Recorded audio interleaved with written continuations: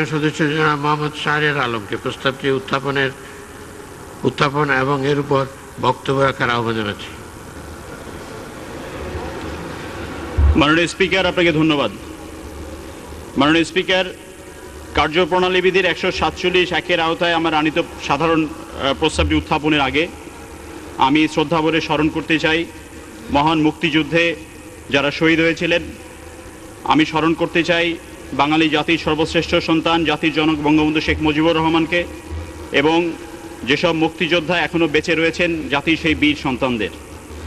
এবং সেই সাথে আমি গতকালকে ঘটে যাওয়া যে দুর্ঘটনা, রেল দুর্ঘটনা নরসিংদী রেলওয়ে স্টেশনে, আমি সেই সব বিদেহী আত্মার মাগফিরাত কামনা করছি এবং যারা আহত হয়েছেন তাদের আশু রোগ মুক্তি কামনা করছি। মাননীয় স্পিকার, আমার নোটিশের যে বিষয়বস্তু সেটি উত্থাপন করতে গিয়ে আমরা জাতীয় সবচেয়ে বড় যে সমস্যার মধ্যে বর্তমানে রয়েছি সেই সমস্যার কথাটা বলা যেতে পারে, আবার সেই সাথে সম্ভাবনার অনেক কথাও বলা যেতে পারে।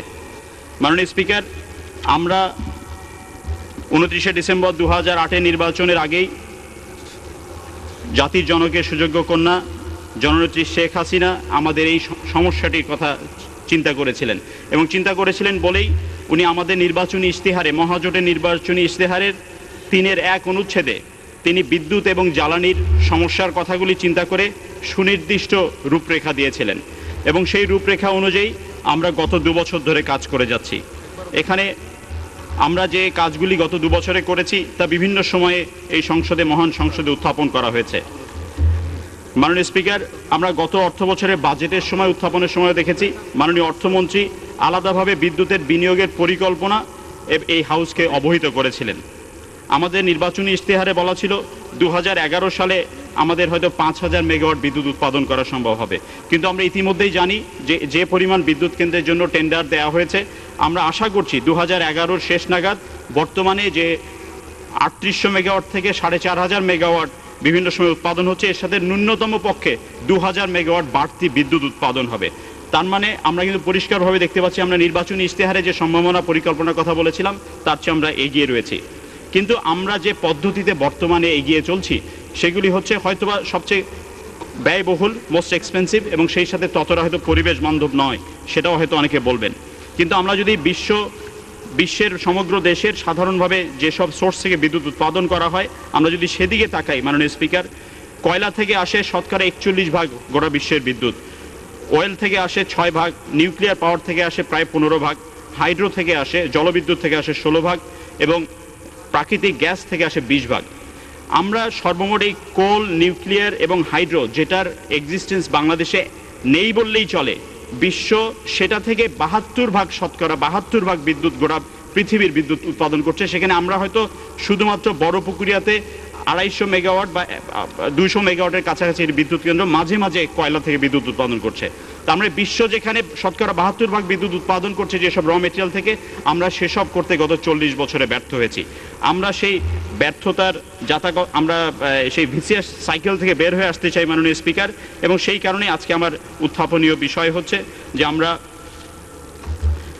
দেশের ক্রমবর্ধমান বিদ্যুৎ সংকট নিরসনের লক্ষ্যে অবিলম্বে আণবিক বিদ্যুৎ কেন্দ্র স্থাপন করা হোক।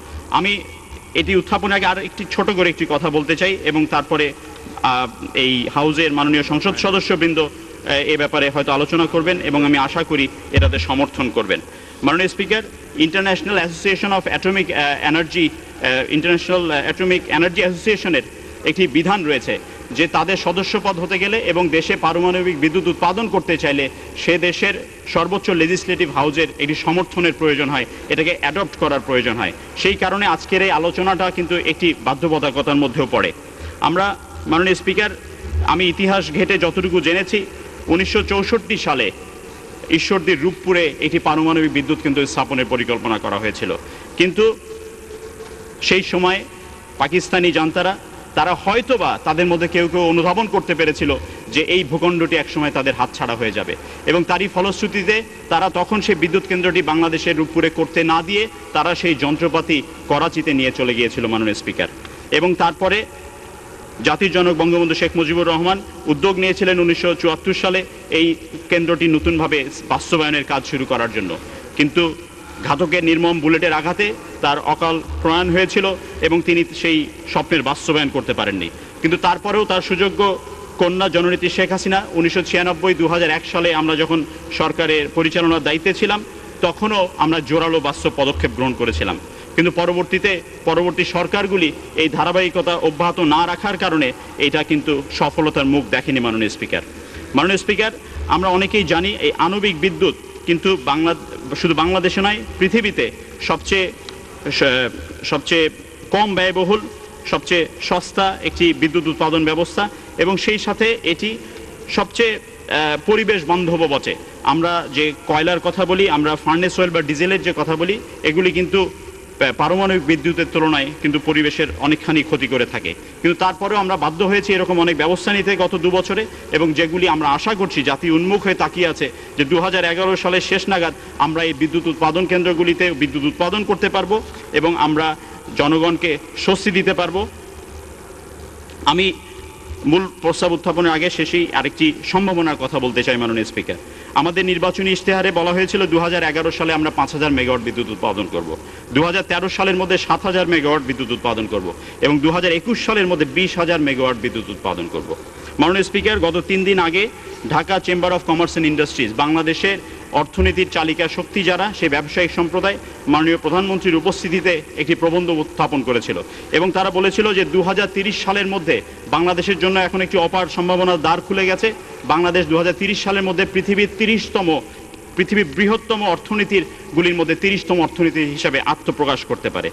আমার কাছে একটি রিপোর্ট রয়েছে মাননীয় স্পিকার, ওয়ার্ল্ড ব্যাংক এবং IMF এর জরিপ মতে বাংলাদেশের অর্থনীতির আকার এখন পৃথিবীর 57তম এবং আশেপাশের দেশগুলি হচ্ছে ভিয়েতনাম, কাতার, কুয়েত, কাজাকিস্তান এবং ইউক্রেন। এবং 30তম বর্তমানে যে অর্থনীতিটি রয়েছে তার দিকে যদি আমরা তাকাই, Denmark, south Africa, Argentina, Iran, এই দেশগুলি বাংলাদেশের অর্থনীতির আকারের চেয়ে প্রায় 7-8 গুণ বড়। বর্তমানে আমাদের জিডিপি $57,000 মিলিয়ন এবং এই দেশগুলি প্রায় $3 লক্ষ মিলিয়ন অর্থনীতি। আমরা যদি সেই বিচারেও হিসেব করে দেখতে চাই যে 2030 সালে আমরা আজকে 2010 সালে দাঁড়িয়ে গত 20 বছর আগে যদি তাকাই, যে গণতন্ত্রের নবযাত্রা যেবার শুরু হয়েছিল 90-এর দশকে, সেখানে আমরা আজকে থেকে 20 বছর, 2030 সাল আসতে মাত্র 20টি বছর রয়েছে। আমরা যদি ভবিষ্যতের কথা চিন্তা না করে আজকে যদি সিদ্ধান্ত নিতে না পারি মাননীয় স্পিকার, আমরা ইতিহাসের কাছে দায়বদ্ধ থাকবো, আমরা নতুন প্রজন্মের কাছে আমরা কৈফিয়ত দিতে পারবো না মাননীয় স্পিকার। সেই উদ্দেশ্যে আমার আজকের কার্যপ্রণালী বিধির 147(1) আওতায় আনিত প্রস্তাবটি হচ্ছে, আমি প্রস্তাব করছি যে দেশে ক্রমবর্ধমান বিদ্যুৎ সংকট নিরসনের লক্ষ্যে অবিলম্বে আণবিক বিদ্যুৎ কেন্দ্র স্থাপন করা হোক। ধন্যবাদ মাননীয় স্পিকার।